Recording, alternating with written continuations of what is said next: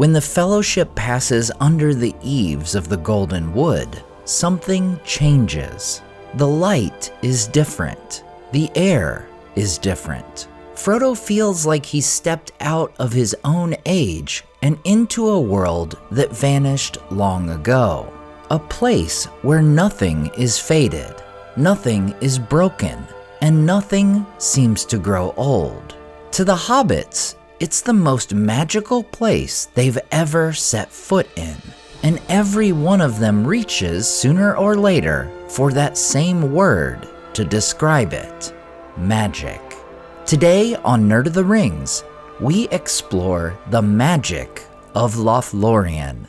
In our first episode in this series, we set out the ground rules for how magic works in Tolkien's world.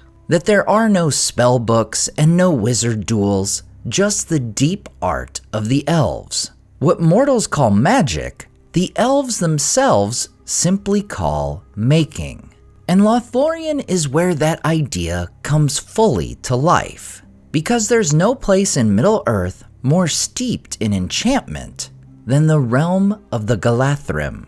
But here's what we're going to discover as we go. The magic of Lórien isn't really the magic of a place at all. From the timeless air to the cloaks, from the mirror to the gifts the company carries away, all of it flows from a single source. The magic of Lórien is the magic of Galadriel. Let's start with the wood itself, because the feeling hits the company the moment they arrive. When Frodo steps onto the grass of Carin Amroth, it seems to him he's stepped through a high window onto a world that's vanished, lit by a light his language has no word for. Everything looks freshly made and impossibly ancient all at once. The colors are the ordinary ones, gold and white and blue and green, but they hit him as if he's seeing them for the first time. There's no sickness at all, nothing is withered or deformed, and Tolkien sums it all up in one short line. On the land of Lórien, there was no stain. Sam, looking around in broad daylight, rubbing his eyes, finally lands on the only way he can think to put it. I feel as if I was inside a song, if you take my meaning. Inside a song. It's the perfect Sam Gamgee way of saying he has no idea what's happening to him, only that it's beautiful and strange and bigger than he is. And the elf guiding them, Haldir, understands exactly what Sam means and gives him the answer that lies at the core of this video. You feel the power of the Lady of the Galadhrim. Not the power of the wood, the power of the lady. Right at the start, the story itself tells us where Lórien's magic comes from. Everything Frodo is feeling, the timelessness, the unstained beauty, the sense of a world that doesn't fade, is the work of one person. Galadriel is one of the oldest and mightiest beings left in Middle-earth by the time of the War of the Ring. An elf who was born in the blessed realm of Valinor, across the sea in the years of the trees, before the sun and moon ever arose. Now, we've covered her entire life in another video, but what matters here is what she can do. And the Fellowship gets their first taste of it the moment they're brought before her and Celebrimbor. When Galadriel looks at each of them, she doesn't just look. She holds them with her eyes and searches their minds, gazing into each member of the company in turn. And it's not a comfortable experience. None save Legolas and Aragorn could long endure her glance. Every one of them feels it, the sense of being seen all the way through. Afterward, when Pippin teases Sam for blushing and breaking down so quickly, Sam tries to explain what it felt like. I felt as if I hadn't got nothing on, and I didn't like it. And it went deeper than just feeling exposed. Each of them, it turned out, had felt her offer them a choice, a silent temptation offered to them in their own mind, something they secretly longed for, held up against the fear and danger of the road ahead. Sam felt her offer a return to a snug little hole and a garden of his own. All he had to do was turn aside and leave the quest to others. She found the private wish in each heart and showed it to them, without a single word being spoken aloud. This kind of wordless mind-to-mind contact does have a name in Tolkien's wider writings. He called it Osanwe, a term meaning the interchange of thought, the way certain minds in his world communicate directly without speech. What Galadriel does here isn't quite a textbook case of Osanwe. It's closer to a searching, a reading, than a true exchange between two open minds. But it has that same flavor of thought touching thought without a sound. And here's the part that matters. She has the power to see into them, and even to find and dangle the thing each one most desires. And she uses none of it to compel anyone. She looks, she presents a temptation, then she lets go. A characteristically typical use of elvish power in Tolkien, and the exact opposite of what the enemy would do with the same ability. He would reach into a mind to seize and hold it. She reaches in and opens her hand. It's Galadriel herself who first says the word out loud. When she leads Frodo and Sam to her mirror, she tells Sam that what he's about to see is, in her words, "This is what your folk would call magic, I believe, though I do not understand clearly what they mean. And they seem to use the same word of the deceits of the enemy. But this, if you will, is the magic of Galadriel." There it is in her own voice. She doesn't even fully understand what mortals mean by the word. And she puts her finger right on the problem we opened the series with, that mortals use the word magic both for what she does and for the deceits of Sauron, as though they were the same thing. Then she names it for what it really is, not magic, the magic of Galadriel, her art. So let's look in that mirror. The Mirror of Galadriel is the single most famous piece of magic in Lórien, and probably the one most people picture first. But it's worth slowing down on what it actually is, because it's easy to mistake it for something it isn't. Galadriel fills a silver basin with water from her stream, breathes on it, and invites Frodo and Sam to look. And she's careful, strikingly careful, to explain what they are looking at. It shows things that were, and things that are, and things that yet may be. But which it is that he sees, even the wisest cannot always tell. Past, present, and possible future, all jumbled together, with no label telling you which is which. The visions the hobbits see bear that out. Sam glimpses the tree of the Shire being cut down, a thing that has not happened yet. Frodo sees a long sweep of images ending in the terrible eye of the enemy itself, searching for him. It's powerful and it's frightening. But notice what the mirror is and what it isn't. It shows, it reveals. It does not command and it does not decide. Galadriel is insistent on that point. She warns that the mirror is dangerous as a guide for action, because a vision of something that may happen can tempt you into rash deeds to prevent it, deeds that might be the very thing that brings it about. And when Frodo asks whether he should look, she refuses to push him either way. "I do not counsel you one way or the other. I am not a counselor." There's her restraint once again. Even with a device that can reveal the past, the present, and the branching paths of the future, Galadriel won't use it to steer anyone. She offers the sight and leaves the choice in their hands. The mirror is a window, not a lever, a power that shows you truth, not a power that reaches in to control you.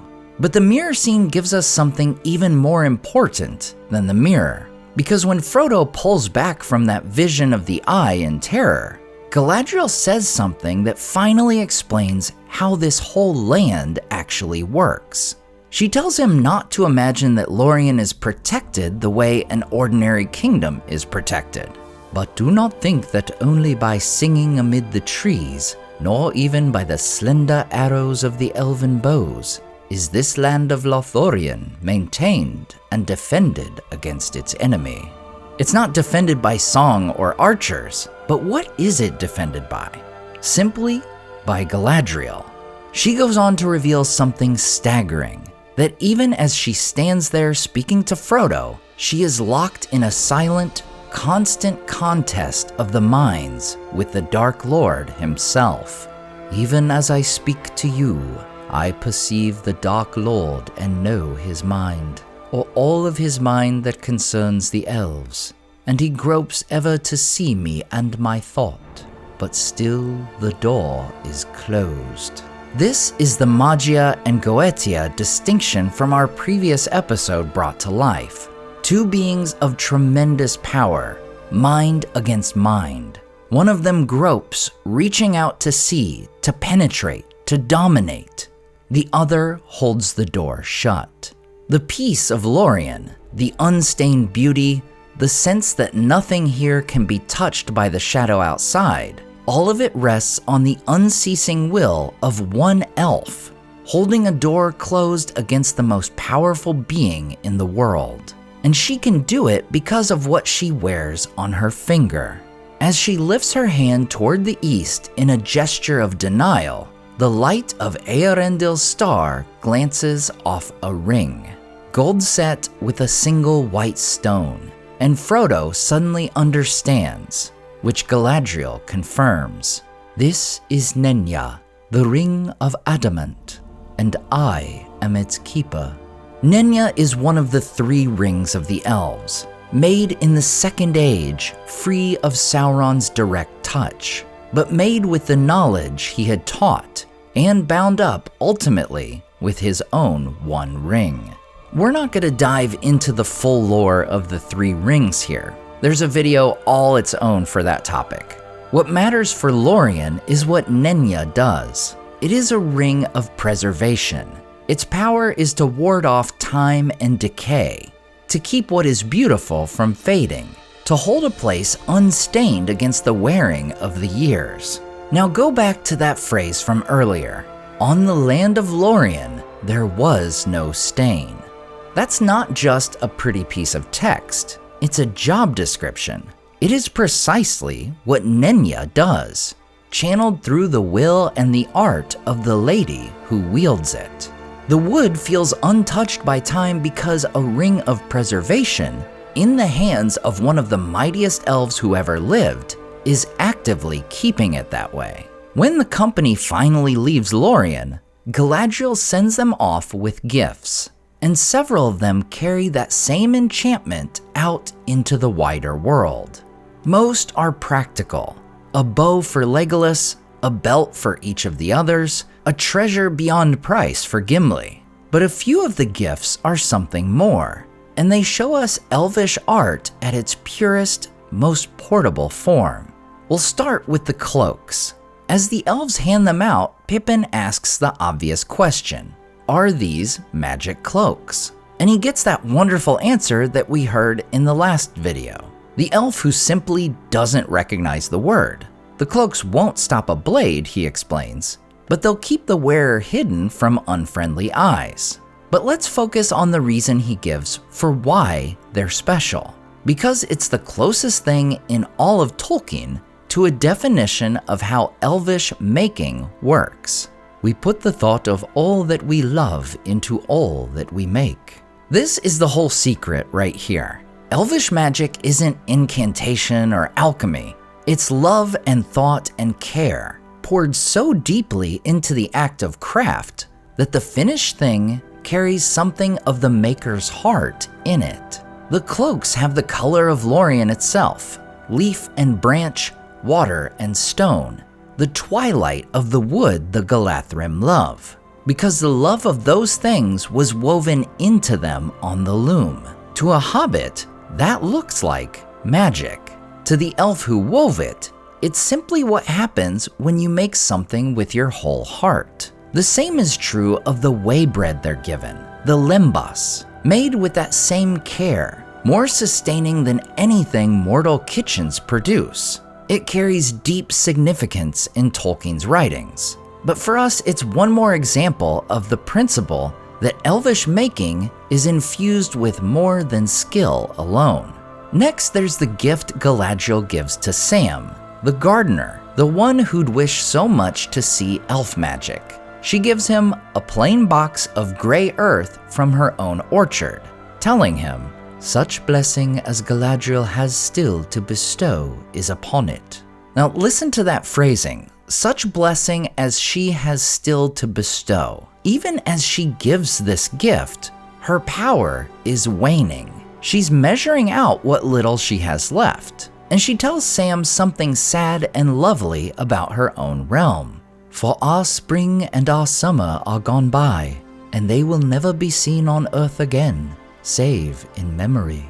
That box of earth becomes one of the most miraculous things in the whole story. As we jump ahead to the end of the book, the hobbits return home to find the Shire ravaged, its trees cut down recklessly far and wide. And for Sam, that's the cruelest wound of all, the kind of damage he fears will take generations to heal. Then he remembers Galadriel's gift. Inside the box is fine gray dust and a single silver nut. Frodo advises him to use his own skill first, and the gift sparingly, since every grain has value. And so Sam goes up and down the Shire, planting a sapling in each ruined place with a single grain of the precious dust at its root. The last of the dust he casts into the air from the center of the Shire, and the silver nut he plants in the party field, where the great tree had stood. What grows there the following spring is a malorn, the golden-leaved, silver-barked tree of Lothlórien itself. And it was the only malorn west of the mountains and east of the sea, and one of the finest in the world. A tree of the golden wood growing in the Shire, and the whole region blooms with it. The year becomes a marvel, the crops beyond reckoning, the children fairer and stronger, and over all of it, Tolkien says there hung a gleam of a beauty beyond that of mortal summers that flicker and pass upon this Middle Earth. That's Lórien's magic, transplanted into ordinary soil an age and a world away from the wood. The earth was the same gift as the cloaks, elvish making, the thought of all they loved poured into matter. And given back to wounded ground, it brought forth a piece of the blessed realm's own beauty. So the magic of Lórien outlived Lórien in a garden in the Shire. And last, there is the gift given to Frodo, the one that may be the purest image of elvish art in the whole legendarium. Galadriel holds up a small crystal phial, and rays of white light spring from her hand. She tells him that within the phial is caught the light of Eärendil's star, set amid the waters of my fountain.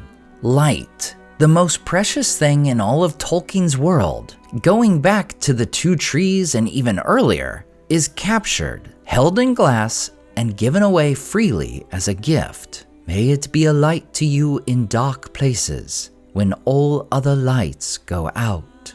That phial will go where almost nothing of Lórien's light could be imagined to reach, into the black tunnels of Shelob's lair, when Frodo and Sam are trapped in the dark with an ancient evil. It takes them past the Watchers at the Tower of Cirith Ungol, the light of Lórien caught in a bottle and carried into the heart of the enemy's land. A light in dark places when all other lights go out, exactly as Galadriel said. This brings us to the strangest enchantment of Lórien of all, and the one that, in the end, tells us the most about what Galadriel's power really is. It only becomes clear after the company has left the wood behind. Drifting down the river, Sam starts counting on his fingers, puzzling over the moon. From what he can tell, the phase of the moon is all wrong. It's as though the company had spent no time in Lórien at all, when he is positive it was many days. He can't make the numbers add up, and finally he just gives up and says, anyone would think that time did not count in there. Frodo suggests that within that land, they had been in a time that everywhere else had long gone by, an older, slower current of time than the one that flows through mortal lands. But it's Legolas, the elf, who explains what's really going on, and his answer is a beautifully poignant passage about what it means to be one of the firstborn. For the elves the world moves, and it moves both very swift and very slow. Swift because they themselves change little, and all else fleets by. It is a grief to them. Slow because they need not count the running years, not for themselves. To someone who is serially longeval, who does not age, time feels swift, because everything they love in the mortal world withers and rushes past them while they stay the same. This is a sorrow and a loss, but at the same time it feels slow, because they don't count their own years. The seasons are just ripples repeating on a stream that runs on and on. That's how time feels inside Lórien, because Lórien is a piece of the elvish world, held in the elvish way of time. To a mortal stepping into it, the effect is dizzying. It feels like time has stopped, but it hasn't, not quite. And Legolas is careful to say so. Yet beneath the sun, all things must wear to an end at last. And that's the crucial thing about Lórien's timelessness. Time isn't truly stopped there, it's held off. The wearing down that touches everything else in the world, the decay, the staining, the fading, is slowed almost to nothing, but it is not stopped, and it cannot be stopped forever. Frodo puts his finger on exactly why the wearing is so slow in that one place.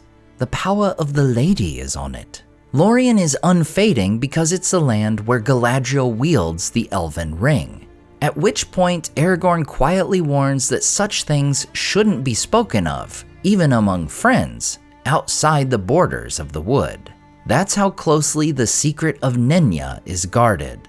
The timeless air, the unstained beauty, the feeling of stepping into a vanished world. It is all the power of the lady, channeled through her ring of preservation, holding the wearing of time at bay. Which is what makes the ending of Lórien's story so heartbreaking. The power of the three rings was always bound up in the one.